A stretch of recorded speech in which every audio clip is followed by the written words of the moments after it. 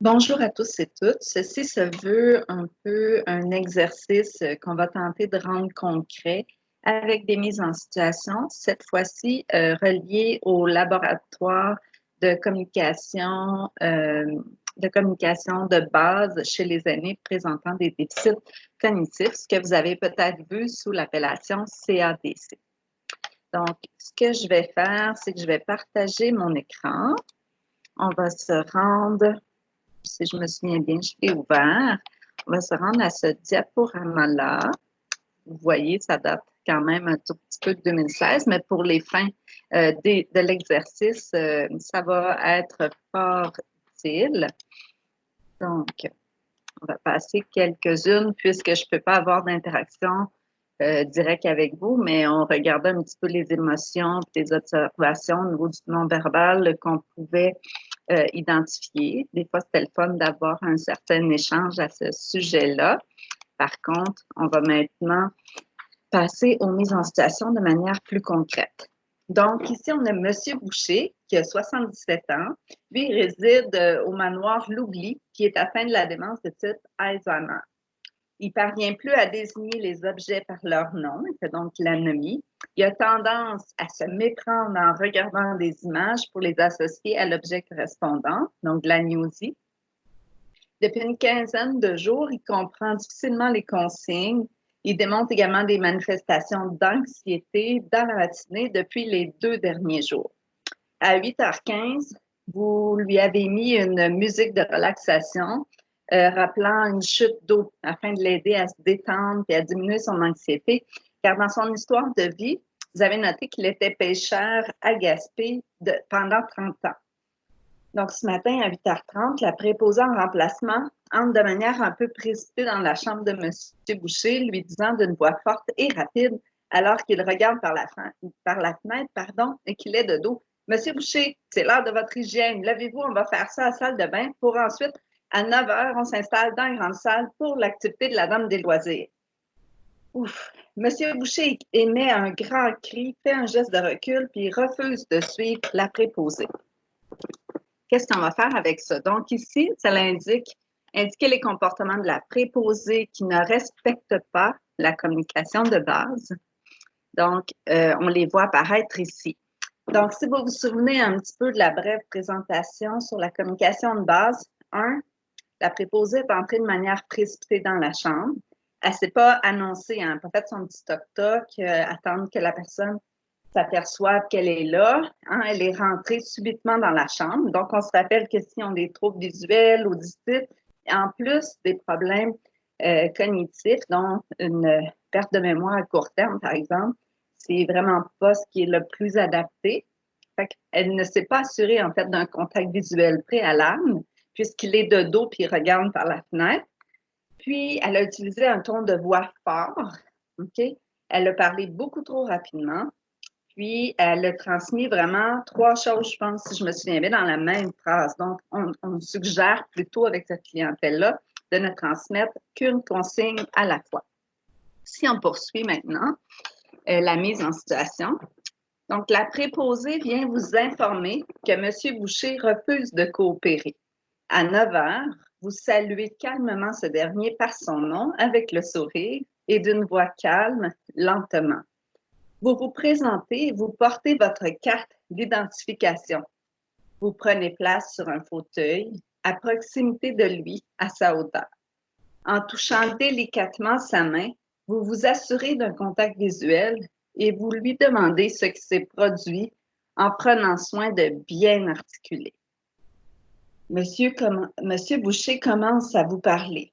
Après quelques mots, vous remarquez qu'il n'arrive pas à terminer sa phrase. Il bégaie, semble chercher ses mots. Qu'est-ce qui se passe avec M. Boucher? Donc, dans un premier temps, si je vous demandais, est-ce que vous êtes capable, dans la mise en situation, de relever les bonnes stratégies de communication de base qui ont été utilisées dans la séquence que je vous ai présentée précédemment? Donc, 1, elle a initié la conversation en saluant M. Boucher par son nom. 2, elle s'est d'abord présentée, puis en plus, elle portait sa carte d'identification. C'est rassurant. Ça fait plus professionnel aussi. 3, Elle a établi le contact avec la personne par le regard. On l'a vu aussi, hein, le toucher. Elle était à sa hauteur, elle était à proximité. Puis elle l'a abordé avec le sourire et le visage détendu. Puis elle a utilisé une voix calme et douce. De plus, ça l'indique que la personne a parlé lentement et de manière articulée. Donc, ça, c'était des bonnes stratégies de communication de base qui ont été utilisées. Maintenant, si on vous dit indiquer des stratégies qui favorisent la communication entre M. Boucher et vous au moment où il peine à expliquer ce qui s'est produit. OK? Là, on voit que il cherchait, je pense, ses mots. Donc, attends un petit peu si on revient. On va pouvoir le revoir. Il n'arrive pas à terminer sa phrase. Il bégait. Il semble chercher ses mots. Donc, ici, hein, si vous regardez dans les problèmes énumérés avec les stratégies lorsque le résident est l'émetteur dans le laboratoire que j'ai fait, donc, ou bien dans votre volume de base, vous voyez 2013, vous voyez qu'il y a une certaine problématique. Mais là, maintenant, quand on vous pose la question à savoir quelles sont les stratégies qui vont favoriser la communication avec M. Boucher, mais vous pourriez chercher un petit peu dans votre volume. Mais là, le but de l'exercice, c'est simplement d'échanger avec vous les différentes stratégies pour que ça fasse du sens pour vous. Donc, le fait d'avoir une attitude calme, patiente, puis d'observer son non-verbal, c'est des stratégies gagnant. On va lui laisser le temps de trouver ses mots, puis en respectant son rythme. On évite de terminer sa phrase ou encore d'hausser la voix, puis on peut réitérer un petit peu ses derniers propos comme pour lui faire un petit rappel, puis peut-être que ça va cheminer dans son esprit, puis il va être en mesure de le dire par lui-même. On peut l'inciter à écrire si c'est encore possible selon ses capacités. Ou bien, si on ne parvient pas, bien, on peut refléter les émotions ressenties par ce dernier. Donc, si il y avait des belles vidéos et stratégies d'accompagnement de la Société d'Alzheimer, cependant, à ce stade-ci, je vais les omettre, là. Si j'ai le temps, on pourra le faire à la fin ou dans une autre vidéo. Mais sinon, vous savez que c'est sur la Société d'Alzheimer. Vous savez également que c'est sur edouard.tv. Donc, vous pourriez aller y jeter un œil. C'est vraiment très intéressant. C'est vraiment la Société d'Alzheimer. C'est plus pour une personne qui est à domicile, mais que les proches sont là. Puis là, à ce moment-là, la personne, elle éprouve, c'est ça, des mémoires, un problème de mémoire à court terme. Elle perd un objet, par exemple. Et pour chacune des situations, il y en a 11, on peut voir que ça touche un aspect différent qui touche la maladie d'Alzheimer. Donc, je vous invite, si vous voulez, à aller faire un tout petit tour. Je trouve ça vraiment le fun quand il y a des vidéos. Je trouve que ça met des images hein, sur les choses, puis ça l'aide à la rétention. Mais pour l'instant, je vais me concentrer sur les mises en situation. Donc, on va faire des plus courtes mises en situation vraiment pour vous aider à identifier le problème, puis c'est quelles sont les interventions. C'est vraiment très, très simple, mais c'est vraiment pour tenter de vous illustrer ce que ça peut donner. Donc, là, c'est le résident qui est l'émetteur. Fait que quand vous allez dans les notes de cours ou dans votre voyer 2013, il faut chercher des stratégies lorsque le résident il est émetteur. Donc, c'est lui qui éprouve une problématique, notamment au niveau du langage. Puis nous, on doit trouver les interventions de communication de base à effectuer. Donc, M. Hamed, 68 ans, vous dit, suite à la visite du médecin, même le grand prophète s'en est mêlé. Donc, on peut se demander s'il n'est pas confus, hein, quand on ne connaît pas les personnes avec des problèmes d'Alzheimer ou autres. On peut penser ça prime abord, mais il faut porter attention aussi au contexte, à ses capacités cognitives et tout ça. Donc, là, ici, hein, c'est le mot prophète. Là, vu qu'il y a un nom de famille comme tel, on se dit, ah, il fait référence à sa religion, mais non, ce n'est pas nécessairement le cas. On sait que c'est le médecin qui est passé. Donc, ici, ce qu'on va voir à la diapo prochaine, c'est qu'il a remplacé un mot par un autre. OK? Si on regarde un prophète, c'est quelqu'un d'important dans sa religion. Bien, dans la culture aussi, les médecins sont des personnes étant vues comme une personne importante. Donc, il a vraiment changé, il a modifié, il a pris un mot à la place d'un autre. Fait que les interventions, si on les comprend, c'est simplement de faire signe de la tête, de sourire, sans, pas un sourire narquois, un petit sourire pour signifier que vous avez compris. Parfois, on peut reprendre un petit peu la phrase, mais sans corriger ni reformuler. OK? On répète juste ces quelques mots. Ça lui indique qu'on cherche à comprendre si on n'a pas compris. Si on poursuit, donc ici, c'est M. Gamache, 73 ans, qui travailla comme évaluateur de bâtiments dans la construction pendant 25 ans. Il vous dit alors que son entretien porte sur l'argent. On va régler ça, nous autres, les questions de bâtisse. La préposée répond rapidement avant que vous ne puissiez poursuivre. Ben non, M. Gamache, je pense que vous voulez dire régler les questions d'argent et non de bâtisse, non? Donc, ici, encore le problème, si on regarde la mise en situation, je pense qu'il a pris un mot, il a dit un mot à la place d'un autre mot. Fait que si on regarde les stratégies, elles risquent d'être similaires à la fois précédente, c'est-à-dire peut-être ça c'est important, pourquoi ça ne conviendrait pas? C'est que la préposée n'est pas le récepteur désigné de cet entretien. Il ne faut pas trop se mêler des fois des affaires des autres. Puis, il faut éviter de corriger la personne qui se trompe de mots ou inverse l'ordre parce que ça peut la choquer, l'attrister ou encore nuire à son estime de soi ou la dévaloriser. Donc, en reformulant simplement ce que M. Gamache dit, il peut lui-même se rendre compte de son erreur puis la corriger. Sinon, lui signifier notre compréhension en hochant la tête et en souriant. Donc, ici, j'ai omis de lire la question qui était posée, donc quelle intervention ne conviendrait pas. Et par la suite, on indique les choses qu'on devrait faire quand une personne a le problème d'utiliser un mot à la place d'un autre. Donc, ici, on a M. Forêt, 80 ans. Après lui avoir taillé les poils qui dépassent ses narines, vous dit tout en souriant, « C'est fini les grenouilles! » Donc, là, on se dit, des grenouilles puis le nez, ça me semble que ça n'a pas de lien ensemble. Mais encore une fois, ici, c'est encore un exemple d'un mot, d'utilisation d'un mot à la place d'un autre. Okay? C'est sûr que si vous ne comprenez pas, vous ne feignez pas comprendre.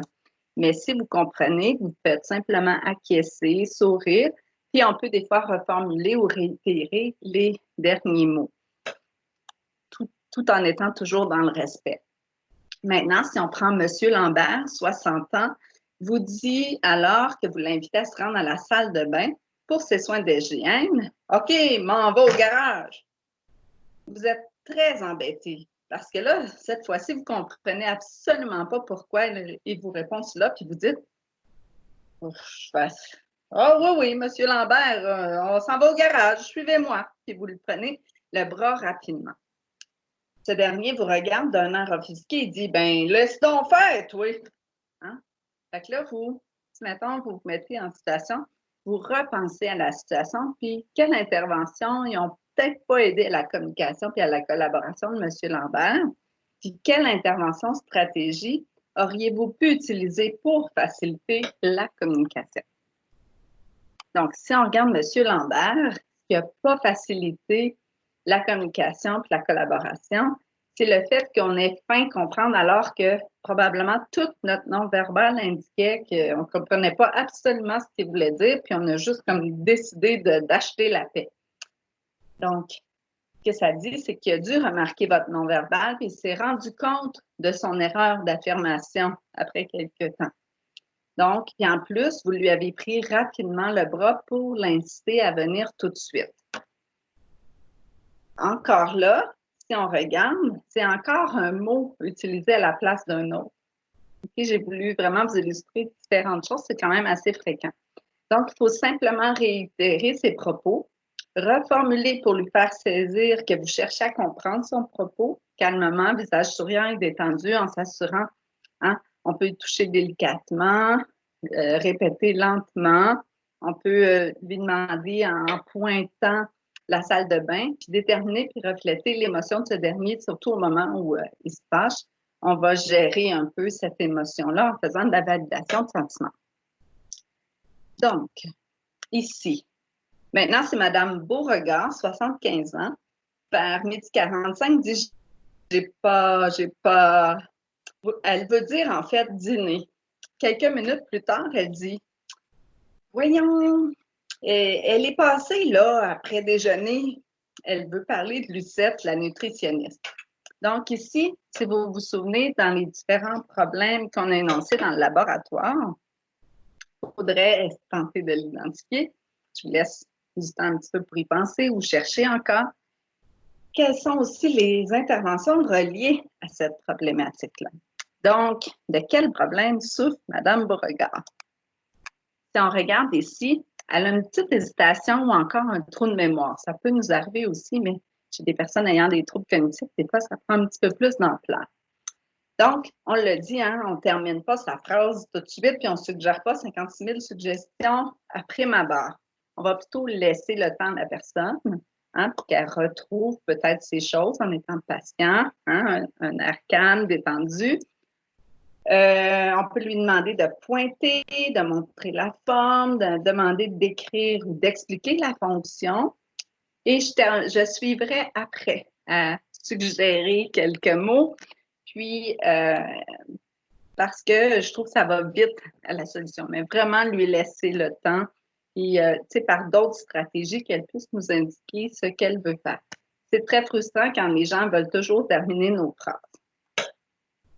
Si on poursuit maintenant, Madame Lalune, 92 ans, vous dit « Elle aime ça, elle, s'occuper de ça, en montrant ses ongles d'orteil. Elle veut dire payant. » OK? Fait que là, ici, parmi les problèmes qui ont été énoncés dans le laboratoire, quel type de problème vous pensez que c'est? Puis quelles sont les stratégies qu'il faudrait poursuivre avec Madame Lalune? Es-tu cute, hein, Madame Lalune? J'ai pris des images Internet, j'ai essayé d'en avoir des différentes pour chacun. Je trouve ça toujours plus cute. Donc, Madame Lalune, en fait, a bloqué en fin de phrase après avoir prononcé quelques mots. Donc, on se souvient, c'est toujours pertinent dans les autres aussi, mais on va tenter de maintenir le contact visuel pour montrer un intérêt réel à la conversation. Puis, ça va l'aider peut-être à retrouver le fil de ses idées, des fois en utilisant la réitération qu'on a mentionné tantôt. Lui laisser le temps de répondre est encore là. Puis si ça ne fonctionne pas, mais là, on peut faire un peu de diversion, c'est-à-dire qu'on va changer de sujet tout en rassurant la personne, dans le fond, pour reprendre peut-être la conversation ultérieurement. Maintenant, Madame Lataupe, 94 ans, est assise au fauteuil, mais elle n'amorce jamais la communication. Là, on se souvient parmi les problèmes, quand ils sont à un stade avancé, des fois, les gens n'amorcent plus la communication. Je vous avais indiqué des stratégies à privilégier dans ce temps-là. On va les revoir ici. Donc, recourir naturellement à des rituels sociaux parce qu'on veut stimuler un petit peu la conversation. On se rappelle qu'on ne veut pas les surstimuler, mais il faut les stimuler quand même de façon en correspondance avec leur capacité aussi, mais de garder quand même certains stimuli. Donc, on va la saluer, on peut lui tendre la main, faire un autre geste, d'autres gestes ou d'autres paroles qui pourraient susciter un petit échange. En fait, lui indiquer qu'on lui porte une certaine attention. Si la personne n'est pas encore en mesure de répondre à des petites questions, mais on va essayer de lui poser des questions qui sont plutôt simples en lui laissant le temps de répondre. Puis, on va encourager chacun de ses efforts par le contact visuel, le sourire, tout en étant patient. Maintenant, là, c'est Madame Larue, 65 ans. Elle vous aborde en vous disant alors que nous sommes à l'intérieur en période estivale. Je veux ma crémone puis mon manteau. Bien là, c'est une expression, hein, crémone, là, c'est pas l'utilisation de mots à la place d'un autre. En fait, en Estrie, souvent, on employait ça dans mon coin. Ça veut dire un foulard. Donc, alors qu'on est en période estivale, qui fait relativement chaud, elle veut une crémone puis un manteau. Qu'est-ce qui se passe avec Madame Larue puis quelles interventions on devrait privilégier? Donc, ici, on voit qu'elle nous fait une demande inhabituel. Puis, on cherche, hein, on tente de savoir qu'est-ce qu'il y a derrière. Donc, elle a peut-être froid ou elle veut peut-être sortir. Les interventions, on peut réitérer un petit peu ou reformuler la demande ou reformuler en ces mots qu'elle vient de dire.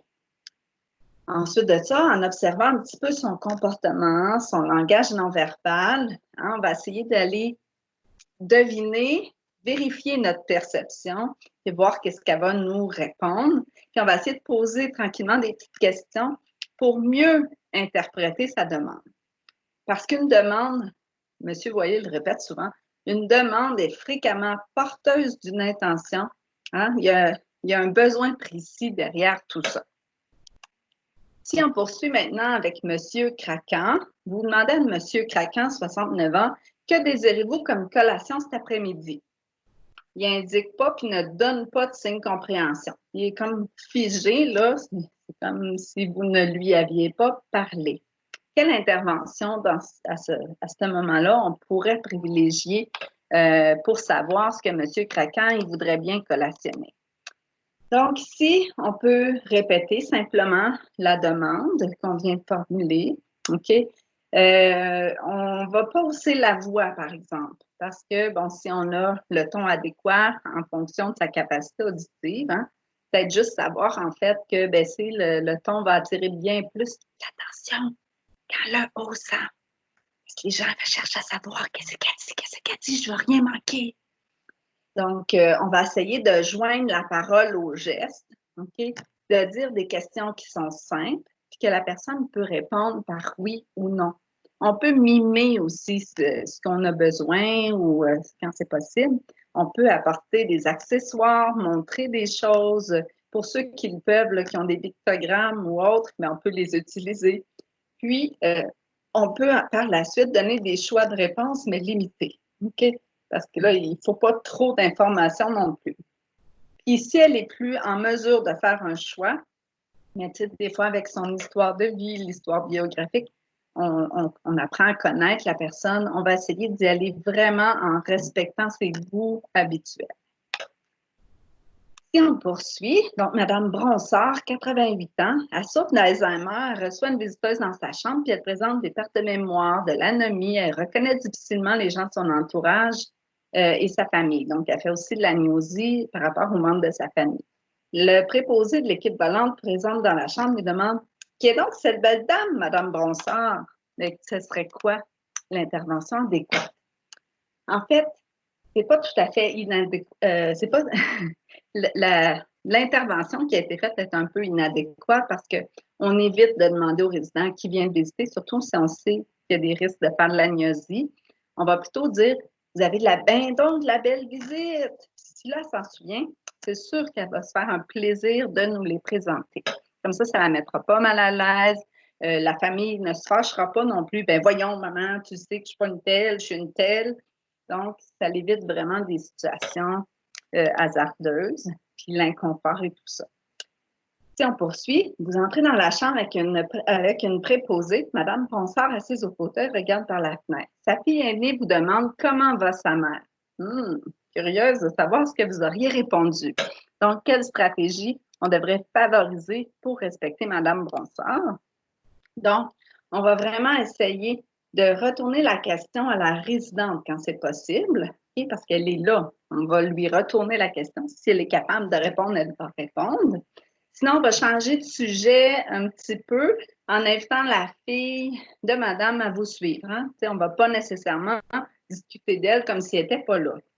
Donc, vous trouvez un moment où vous êtes seul avec sa fille pour lui parler de sa mère parce qu'on évite de parler de la résidente comme si elle n'était pas dans la pièce.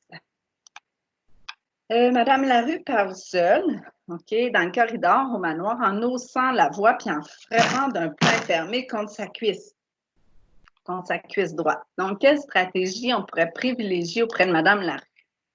Donc, on peut faire tenter un reflet de sentiment. Hein? Qu'est-ce qui se passe chez Madame Larue? Fait qu'on peut lui dire, par exemple, « Vous êtes en colère, Madame Larue? » Réaction, oui, reflet de sentiment. En disant, par exemple, « Je vois que vous parlez fort et que vous frappez votre poing contre votre cuisse. Vous êtes en colère, donc c'est quelques stratégies qui peuvent être utilisées avec Madame Larue. Ici, on voit, c'est M. Lambert. Donc, au dossier, vous lisez que M. Lambert présente une perte de la fonction exécutive, de l'agnosie ainsi que de l'apraxie. Dans le cheminement clinique, vous lisez qu'il présente des difficultés avec des tâches complètes lors de plusieurs opérations pour mener à bien le fait de se vêtir, puis se dévêtir, puis se vêtir pour la nuit. Ainsi, s'habiller, enlever ses vêtements de jour, mettre un sous-vêtement pour la nuit et enfiler son pyjama semble difficile à exécuter dans le bon ordre. Vous entrez dans la chambre de ce dernier, vous lui indiquez que c'est le moment d'enfiler son pyjama pour la nuit. Donc, là, on voit, hein, ça le dit, hein, les praxies, c'est pas évident. Quelle intervention devrait privilégier chez M. Lambert pour la mise de son pyjama? Donc, dans un premier temps, on va essayer de transmettre des instructions simples, qui sont concrètes, puis une à la fois, pas 3-4 étapes en même temps. Vous allez faire ci, ça. Là, vous allez le perdre. Il va rester figé. On peut initier un petit peu le mouvement, puis placer les vêtements sur le lit dans le bon ordre. Les habitudes d'habillement donnent aux soignants des indices quant à la façon d'amorcer les gestes de l'activité. Donc, Mme Tremblay, 84 ans, présente des pertes de la mémoire à court terme ainsi qu'au niveau de la mémoire de travail. Vous devez procéder à la réfection du pansement abdominal de cette dernière. Vous l'avisez de votre intervention, puis vous vous gantez, puis une minute plus tard, vous retirez les couvertures sur ses jambes, puis elle vous dit « Qu'est-ce que vous faites? » Oups! Hein? On a dit problème de mémoire à court terme notamment. Donc, quelle intervention il faut privilégier? Donc, ça serait important de répéter la consigne juste avant l'action, puis de dire au fur et à mesure les étapes de la procédure, toujours en gardant, en allant solliciter son attention lorsque nécessaire. Si on poursuit avec Mme Calix, 54 ans, qui s'exprime rarement par la parole. Vous l'avez installée à proximité de vous pendant l'heure du souper. Elle prend une cuillère de son potage aux carottes et serre les dents. Quelle intervention stratégie vous pourriez privilégier pour comprendre puis répondre aux besoins de Mme Calix? Donc ici, hein, comme on ne comprend pas, puis elle serre visiblement les dents, ça ne doit pas être confortable, il y a quelque chose qui se passe, OK? Donc, on va faire soit une rétroaction ou tenter de traduire la mimique de la personne en disant, par exemple, c'est chaud. C'est chaud ou c'est douloureux ou ce qui vous vient le plus à l'esprit. Hein? On va essayer de faire une rétroaction, de comprendre les mimiques que la personne présente. C'était tout pour cette partie-là. Donc, j'espère que ça vous a donné quand même certains exemples. J'ai essayé d'avoir au moins des exemples pour chacune des problématiques qu'on avait rencontrées dans le chapitre de la communication de base chez les aînés présentant des déficits cognitifs. Donc, je conclus le tout. Si vous avez des questions ou ça peut être utile, gênez-vous pas de m'envoyer soit dans le forum Léa ou bien m'envoyer un message par Mio. Sur ce, je vous souhaite bonne étude.